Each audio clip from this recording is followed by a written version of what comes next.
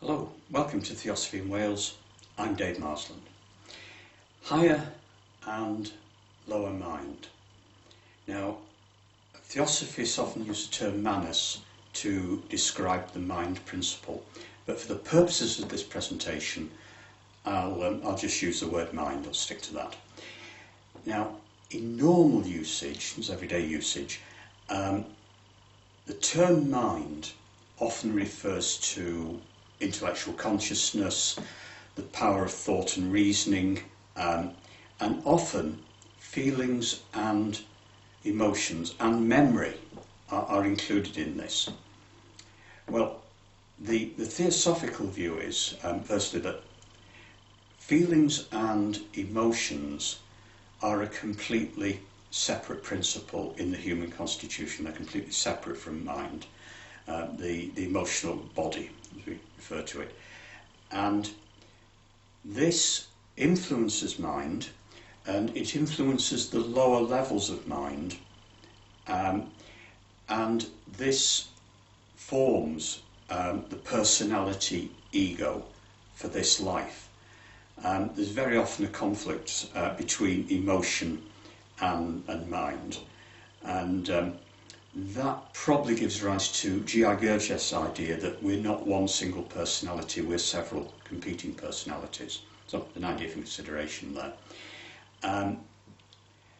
Now with memory, yes, mind has memory, but also the emotions and the physical body have memory. It's not exclusive to mind. And branches of neurophysiology are coming round to agree with that. Now, to Theosophists, the mind is multi-level. In fact, it has 7 levels and 7 subdivisions within that. Now, the lowest level of mind is the rational, analytical thinking, common sense, dealing with everyday things. Rising up through artistic, philosophical, abstract thought, taking place at a much higher level in mind.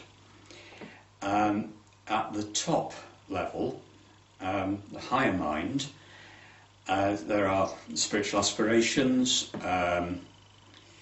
enlightenment, and higher consciousness. But those are achieved through effort, sometimes considerable effort in this life or in previous lives. Now, all these elements have their place. The rational mind, the intellectual mind, but there can be limiting factors if you're only using part of your mind. For instance, the down-to-earth person who basically can't think out of the box, the person who is anti-learning, although you don't have to be like that. You can very often work on yourself and do something about it. And also the intellectual person who has problems dealing with everyday life. As a factory manager, I knew referred to people who were all brain power and no common sense. And clearly they were highly intelligent people who had a problem dealing with the world. Now, the truly spiritually developed person doesn't negate any of these elements, and they've normally integrated all the elements of mind. And this is because to achieve a high level of consciousness requires effort, and this is effort in this life plus effort probably in previous lives.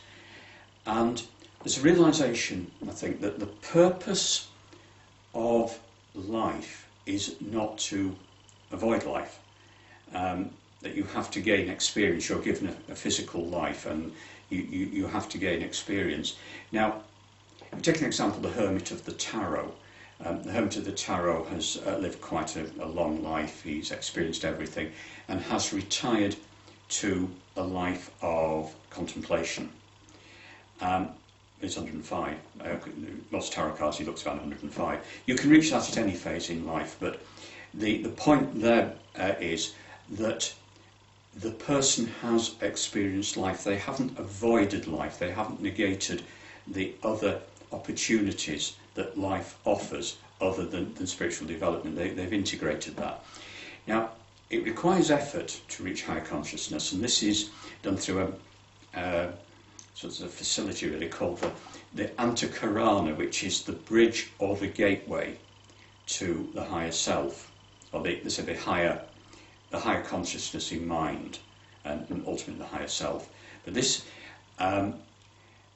it requires effort to open this up, and it's probably represented in the Christian Bible as Jacob's ladder, this ladder to higher mind, and this is a game changer, because the higher mind is strongly influenced by the Buddhic principle, the Buddhi, which is the body of enlightenment, the enlightenment principle, and the combination of the Buddhi and the higher mind form the spiritual ego. It's not confused with the personality ego, that's at the lower end of mind.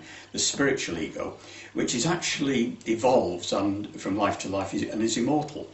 And nothing is wasted when it comes to spiritual development. And the Buddhic principle is always trying to communicate with the higher mind, and if you haven't opened up or made no effort to open up the higher principles, then it's there in potential, but it's not really having an influence. Another element in this is the reincarnating ego. Now, this is, and it goes through to the next life, as the name suggests.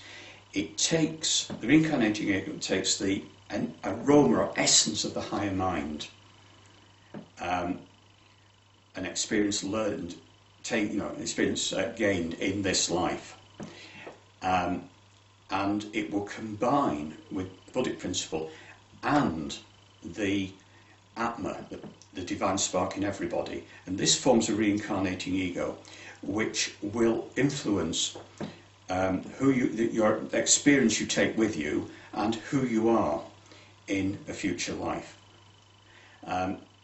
And nothing is wasted. Nothing is wasted. All effort is valid when it comes to attempting to reach higher consciousness, making spiritual progress. Nothing is ever wasted, and you take it through to future lives in the immortal part of yourself.